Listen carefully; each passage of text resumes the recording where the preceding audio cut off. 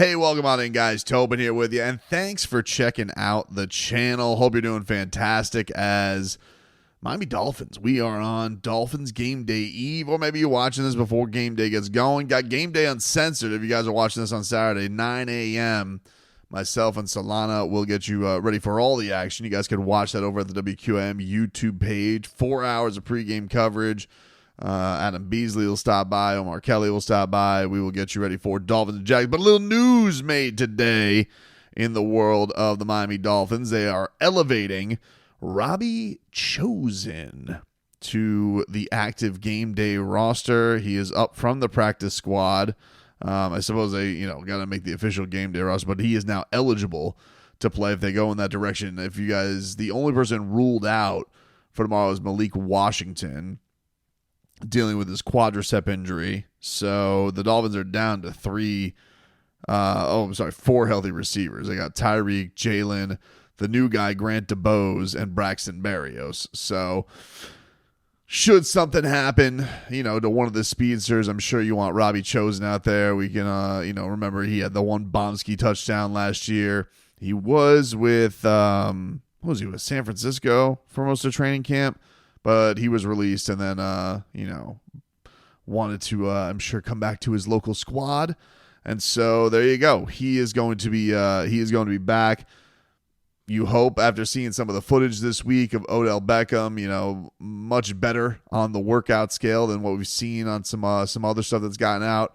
He's lifting his weights, doing the handshake with Tua. So that does seem like a good element that we have an Odell Beckham who does clearly look like he's on the mend, and River Craycraft. Everybody was kind of excited because he was having a real badass camp. But here we go. We're on the way. We're getting into it. The Jalen Ramsay signing became official on Saturday after it was announced yesterday. The interesting thing that Jalen Ramsay pointed out, because I'm not gonna lie, when we got the news on the radio show, I was being a little bit skeptical of it, and I was like, "Oh, okay, so they just faked a hold in. Like that's what happened here." The Miami Dolphins went out here and they said he had a quote-unquote hamstring injury. And everybody, I think was ever buzzing on it on Twitter. And then he gets out there and he kind of tests out the old hammy.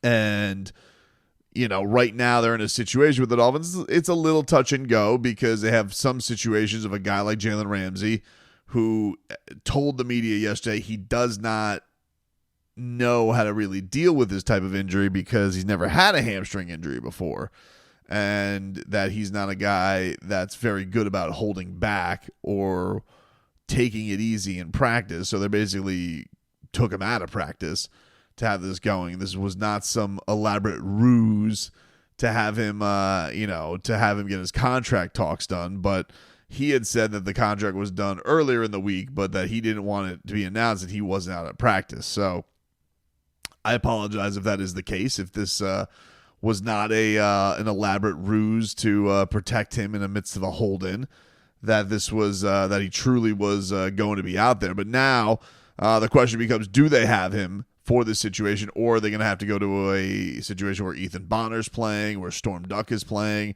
or one of the young guys is playing? And though he gave the confidence and Anthony Weaver gave the confidence, whole new thing, right? Then the preseason darling story to boom, we got to go right out.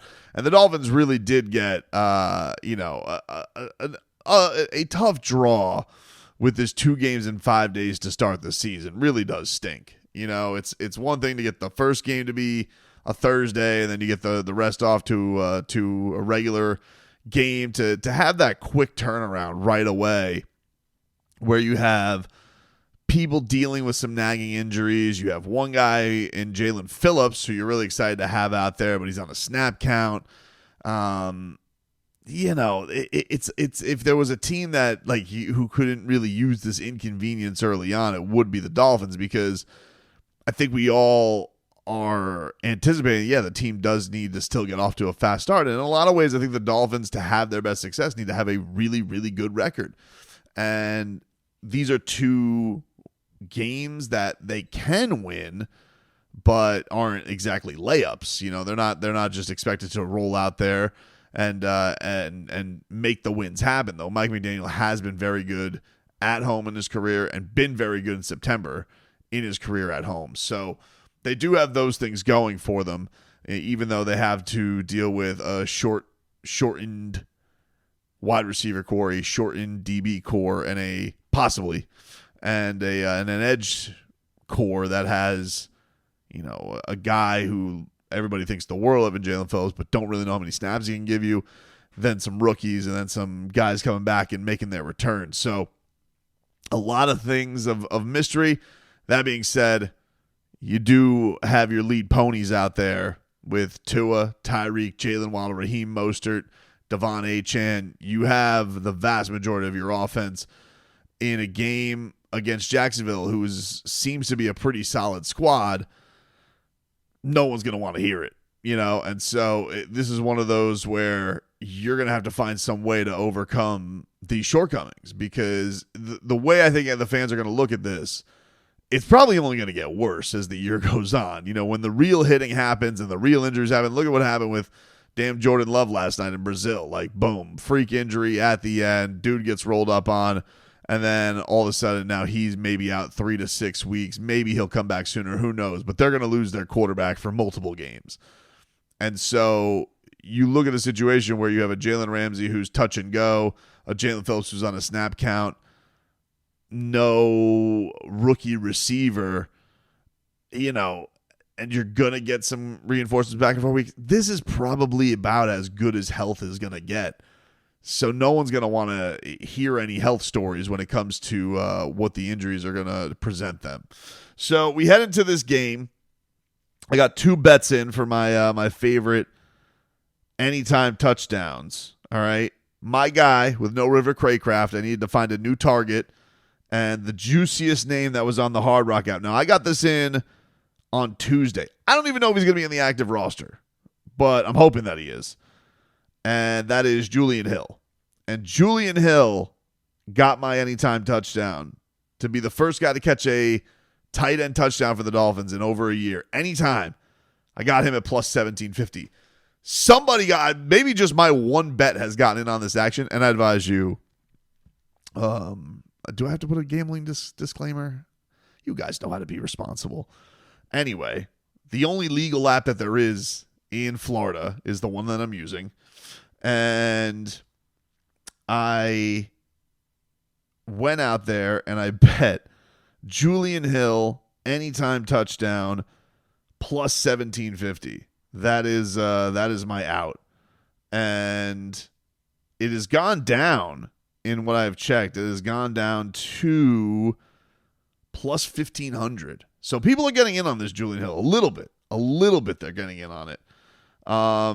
We were kicking around the idea about, do we go with any defenders on the Dolphins? Because look, you have a Trevor Lawrence who is prone to turning over the football.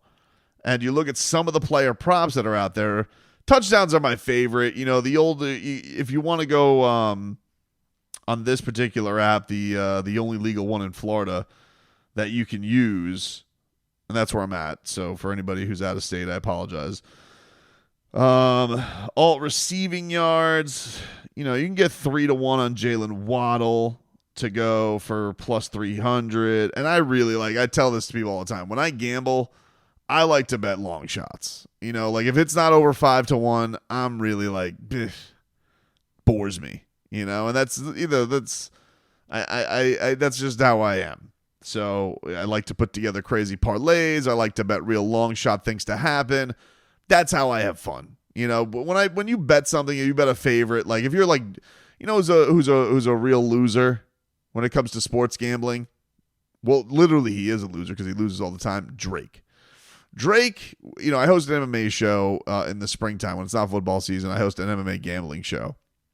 And first of all, we fade Drake all the time because the dude is genuinely cursed. But the thing that I find funny about Drake is Drake will bet on guys, and he'll bet like crazy favorites, but he'll bet like crazy amount of money to win less money. And I'm like, even if I was wealthy, even if I had Drake money, Drake FU money, why would I find that to be fun? I would like to bet, and it's funny, like I'm a guy who grew up around the ponies. My father bred thoroughbred horses.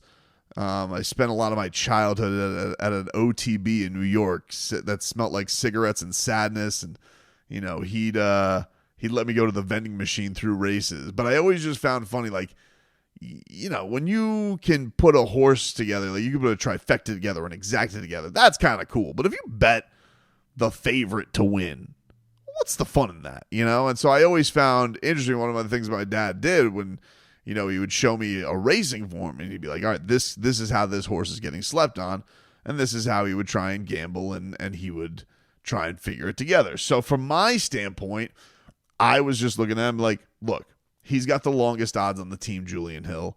He may be new George Kittle, although they're saying now Jonnu Smith may be new George Kittle, even though he's been around for a little bit. So I think they're all just searching for their George Kittle. It's like the thing Mike McDaniel misses the most is George Kittle from San Francisco. But on anytime touchdowns for this upcoming game, touchdown scorers, Jonnu Smith, he's 3-1 for anytime touchdown. It's good, but it's not nothing, but it's not what I'm into. And so when I looked at it, I was like, Julian Hill plus 1750, lock me in, buddy. That's where I'm going. Because River Craycraft last year, he was like plus 1500 every single week.